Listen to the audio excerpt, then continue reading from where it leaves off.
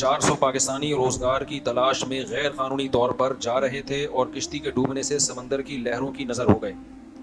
देखो, जो हादसात में मर गए, जो ईमान पर मरे, उनके लिए तो दुआए मग़फ़िरत की जाएगी। अल्लाह उनके लवाहिकीन को सब्र की तौफ़ीक़ अता फरमाए।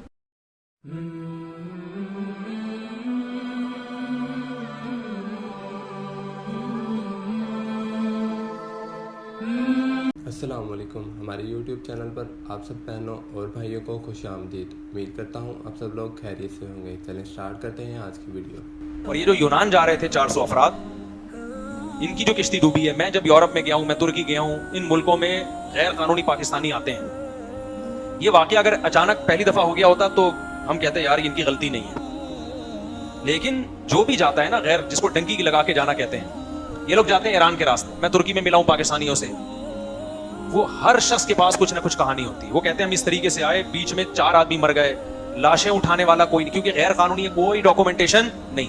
एजेंट लोग क्या करते हैं, रेगिस्तानों में लाशें फेंक के आगे चले जाते हैं। कोई रोने वाला नहीं होता, घर में इत्तला नहीं दी जाती उनकी। कोई ये नहीं कि मोबाइल से तस्वीर बना के भेज दे उनकी। घर वालों को पता नहीं होता बंदा बचा है कि नहीं बचा। इतने खतरनाक तरीके से ये सरहद पार करते हैं, इलीगल। तो ये काम या तो होता ना, हमेशा से हो रहा होता, इत्तेफाक से ये वाकया एक नया हो गया होता, हम कहते हैं यार ये बेचारों की गलती नहीं है। लेकिन ये तो जो भी जाता है, आप उससे कहानी तो पूछें। डिग्गियों में डाल के चले, कंटेनरों में बंद कर देते हैं, सांस घुट रहा होता है। कितने लोग ऑक्सीजन की कमी से कंटेनर में मर जाते हैं। एजेंट पहले से कहते थे मैं कोई जिम्मेदार नहीं हूं, तुम्हारी लक है, पहुंच गए तो पहुंच गए, नहीं तो नहीं। समझ में आ रही है बात? हम वहां भी तुर्की में भी गैर कानूनी पाकिस्तानी थे, उनको हमने समझाया यार तुमने क्या हमाकत की है, तुम जवान हो, तुम्हारे 2 हाथ 2 पांव। लोग कहते हैं बेरोजगारी है। पाकिस्तान में मानता हूं बेरोजगारी है, लेकिन जिसके 2 हाथ और 2 पांव सलामत है ना, वो भूखा नहीं मरता। उसमें आज भी 10 आदमियों को खिलाने की ताकत है। आप जमीन पे मेहनत करो, जमीन सोना उगलेगी। आप मजदूरी करो, आप बीसियों काम है। जहां आबादी होती है ना, वहां रोजगार होता है। थोड़ी बड़ा है हमारे मुल्क में, हमारे चश्मे उबल रहे हैं भाई, हमारी पैदावार निकल रही है। आप जाओ सब्जी मंडी में जाके देखो, बीसियों बिजनेस मिलेंगे आपको, कारोबार के जराए मिलेंगे, मुलाजमतें मिलेंगी। कारोबारी लोग तो मुलाजिमों को तलाश कर रहे हैं, ईमानदार लोगों को। आप ये चाहते हैं कि मेरा एक लिविंग स्टैंडर्ड है, मैंने उस पर कंप्रोमाइज नहीं करना। उस वक्त फिर आप ये गैर कानूनी तरीके इख्तियार करते हो, क्योंकि ये जो बाहर जाने वाले हैं ना इलीगल, इनकी सेहतें भी एक स्टैंडर्ड की होनी चाहिए। उस स्टैंडर्ड की सेहत में आप यहां भी मजदूरी करके कमा सकते हो। अक्सर क्या जा रहे होते हैं, पंजाब के बहुत से लोग हमें मिले, भाई ये कब कर रहा है, फलाना ये कर रहा है, खानदान के सारे अफराद स्टेबल होते हैं, ये अकेला बेरोजगार होता है। इसको बेरोजगारी खा रही होती है कि मैं अकेला क्यों गरीब हूं। तो ये अपनी दुनिया की जरूरत पूरी करने के लिए नहीं होता, ये अमीर बनने के लिए होते हैं सारी कोशिशें। नहीं, यही बात समझ में? देखो, भूख मिटाने के लिए अपनी जान को रिस्क में डाला जा सकता है। अगर इन सरहद पार जाने वालों में कोई बेचारा ऐसा था कि उसको 2 वक्त की रोटी भी मुयस्सर नहीं थी, फिर वो मजलूम भी है, फिर वो शहीद भी है। क्योंकि भूख मिटाना क्या है, फर्ज है। फिर आपका हक है यार, जहां से जैसे तैसे मिटाने की कोशिश कर सकते हो करो आप। इसमें रिस्क, क्योंकि वैसे भी मर रहे हैं तो रिस्क लेना पड़ता है ना फिर। लेकिन अगर आपको आपके गांव में, आपके घर में 2 टाइम की रोटी मुयस्सर थी, सर छुपाने की जगह मुयस्सर थी, तो भाई फिर अपना लिविंग स्टैंडर्ड हाई करने के लिए आप लीगल तरीके से बाहर जाएं, इलीगल जाने की कोशिश बोलो ना करें।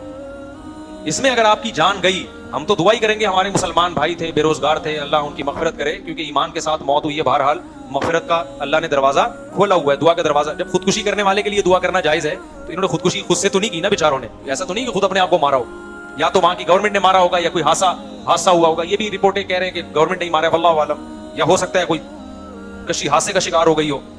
तो इसको खुदकुशी तो नहीं कहेंगे, लेकिन ये कि ऐसा भी नहीं है कि ये कोई एप्रिशिएट किया जाए, इस अमल को हौसला अफजाई की जाए, या कोई बहुत अच्छी मौत करार दिया जाए इसको। सिर्फ उसके लिए हादसाती मौत अच्छी मौत कहलाएगी जो बेचारा भूख से, बेरोजगारी से इतना आजिज आ गया हो कि उसके पास खाने का ऑप्शन खत्म हो गया। वो ठीक है, जान हथेली पे रख के इंसान फिर काम करता है, फिर उसमें जान गई तो शहादत है। लेकिन अगर आपका लिविंग स्टैंडर्ड ऊपर करने का प्लान था कि यार नहीं, इसमें गुजारा नहीं होता, मेरी यहां तक, जैसे मैं जाऊंगा यूरोप में नोट छापूंगा। बहुत से लोग इस नीयत से जा रहे होते हैं, उनको अपने मुल्क में बुनियादी जरूरतें पूरी हो रही होती हैं, लेकिन उनको गरीबों को गालियां सुन सुन के ना, कि गरीब बेगैरत भी होता है, गरीब फलाना भी होता है, ये सुन सुन के ना उनका लिविंग स्टैंडर्ड ऊपर करने का उनका प्लान होता है। फिर जब कोई आपके अंदर काबिलियत तो है नहीं ना, आप डॉक्टर है ना, आप इंजीनियर है ना, कोई आपने यहाँ अपना बिजनेस को इतना चमकाया, फिर जाहिर है गैर कानूनी तरीके से आप जाते हैं, फिर वहां पकड़े भी जाते हैं और बॉर्डर पे मारते भी हैं फौजी। बहुत से लोग बच जाते हैं बॉर्डर पे, वहां की आर्मी देख लेती है, वो शूट कर देती है। और फिर मेरे भाई, अगर गैर कानूनी तरीके से वहां पहुंच भी गए, तो जो पहुंचे हुए पहले उनसे तो पूछो तुम्हारा हाल क्या है।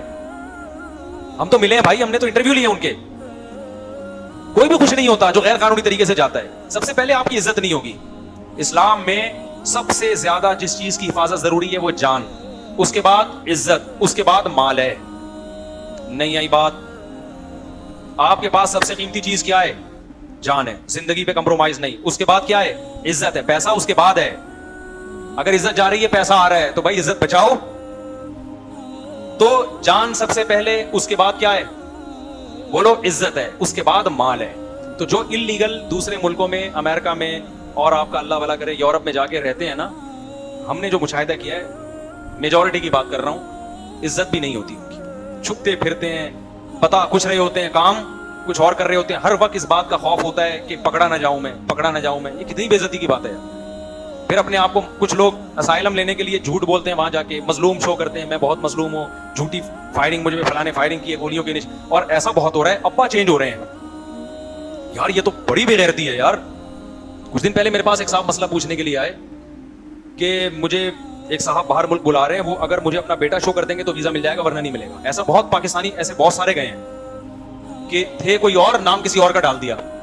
मैंने कहा खुदा को मानो यार, मजाक में भी अपने अब्बा को चेंज करने की कोशिश।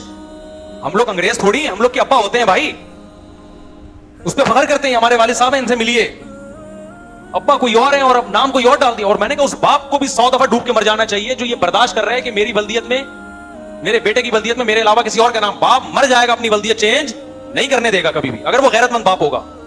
पैसा गया ऐसी की तैसी यार, पैसे की बाप ही चेंज कर रहे हो आप डॉक्यूमेंट में यार अपने।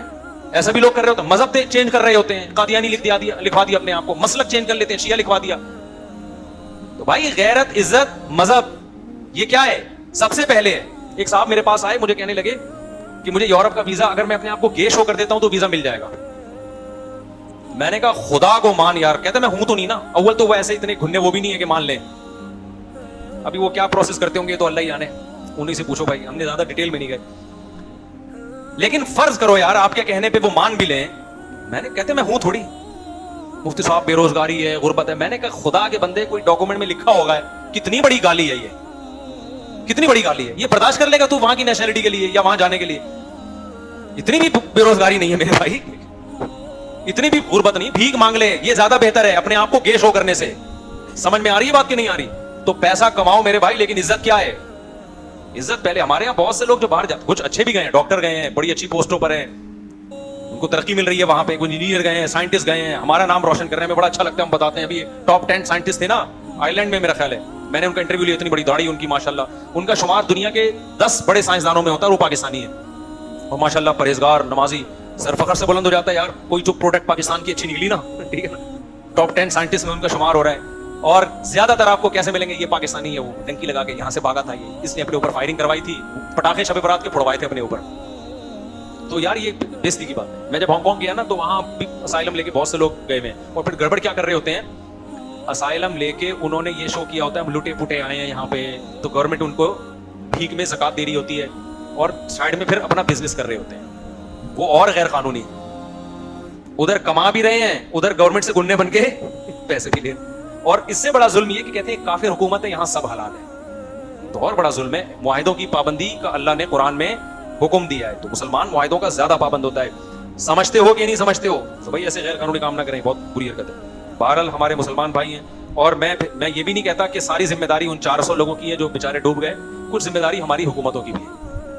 मुल्क के बहरहाल ऐसे हालात हैं कि लोग यहाँ से क्या कर रहे हैं, भाग रहे हैं। तो बिल्कुल उनको जिम्मेदार ठहराना भी दुरुस्त नहीं है।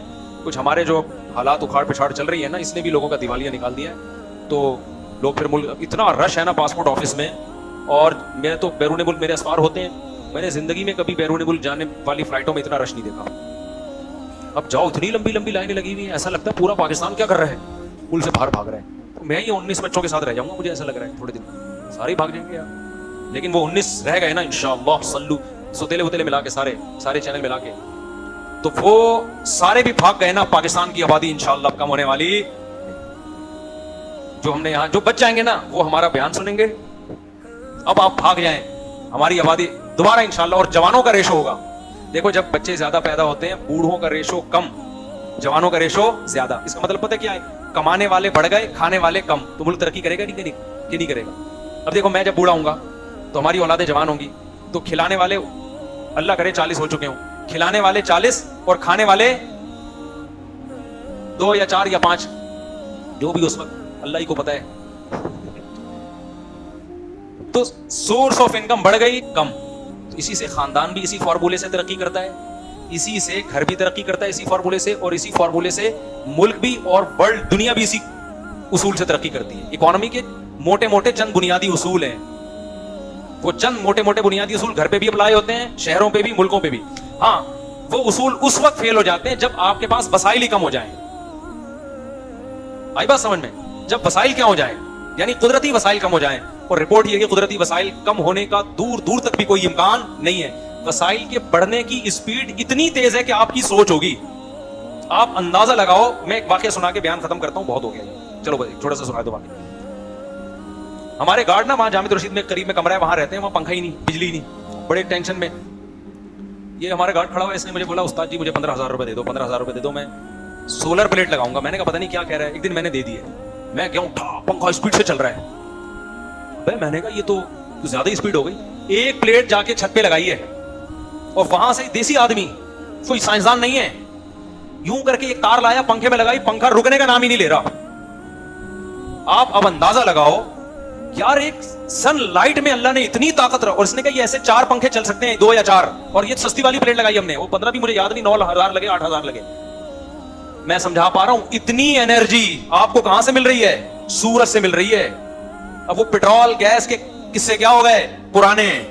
इतनी एनर्जी, इतनी बिजली जब सूरज पैदा करेगा, और आपकी गाड़ियां फिर उस, अच्छा रात को आपको चलाने के लिए बैटरी भी चार्ज कर लो आप, वो बैटरी क्या करेगी? वही बैटरी के लिए अलग से एनर्जी नहीं चाहिए, वही कहां से मिल रही है?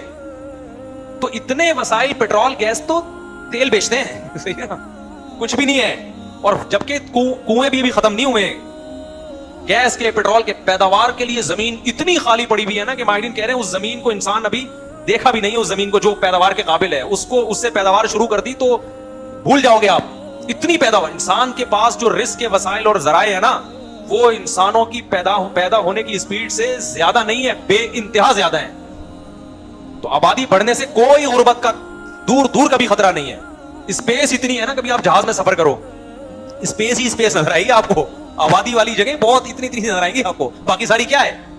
बरसाती मेंढकों की तरह भी बच्चे पैदा करो तो ये स्पेस फुल होने वाली नहीं है। तो बकवास है फैमिली प्लानिंग वालों का, ये जो नजरिया है ना, टोटली A to Z क्या है? A to Z गलत है। उम्मीद करता हूँ आप सब लोगों को हमारी वीडियो अच्छी लगी होगी। अगर अच्छी लगी है तो इसे लाइक और शेयर ज़रूर करिएगा। मिलते हैं नेक्स्ट वीडियो में, तब तक के लिए अल्लाह हाफिज़।